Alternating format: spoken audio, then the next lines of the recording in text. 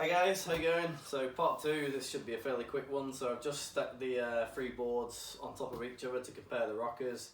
Deliberately put the Puddle Fish on the bottom because you won't be able to see as much of what's going on in that because the other two stacked on the couch here. But that's probably the less relevant. Most people probably want to not going to want to know what the difference is between the Puddle Jumper and the Puddle Jumper HP in rocker. So Puddle Fish on the bottom. The Puddle Fish is very similar to the Puddle Jumper, to be honest. The differences are between the Puddle Jumper and the Puddle Jumper HP. So again, go through that again. You've got the Puddle Fish on the bottom here. Here's the normal Puddle Jumper, but that's just remember that's a Slim Dims Puddle Jumper as we're discussing. And then this is the HP on the top. So you'll probably easily be able to tell there's slightly more late kick going on in this HP and a little bit more nose rocker. And the tail rocker's a little bit, maybe a little bit more, but not massively different. Again, what you'll probably see from the other reviews is what you won't see is how this last bit of rail in the HP is just tapered in a little bit more than it is on the standard Puddle Jumper. So there's a bit more of a refined rail on this, and then obviously the nose is tucked in a wee bit. So you've seen them all in outline to each other. Like I say, the measure ups are quite interesting because the HP has still got quite a wide tail.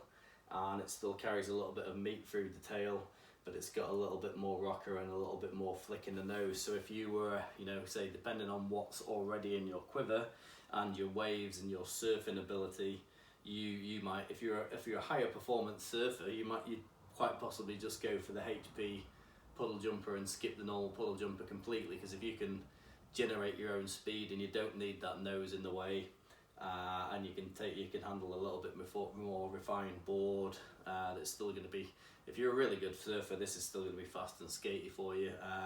If you're more of an average surfer, the Puddle Jumper is probably going to help you out a bit, and then the Puddle Jumper HP is still a great board to have as an in-betweener. Like I say, the other way of thinking it is if I was having three, I'd probably have the beanbag, the Puddle Jumper HP, and the Quiver Killer as a possible range, because the beanbag would really do your sort of knee to chest, maybe slightly head high.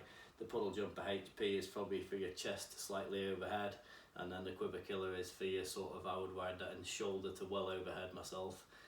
Most people wouldn't, but it's a hybrid, but for me it's a high performance board. So yeah, that's just a quick part two, and yeah, check out the individual board reviews, they're all on there individually. And I will post this and also the individual review on the HP real soon. Alright, thanks guys, see ya.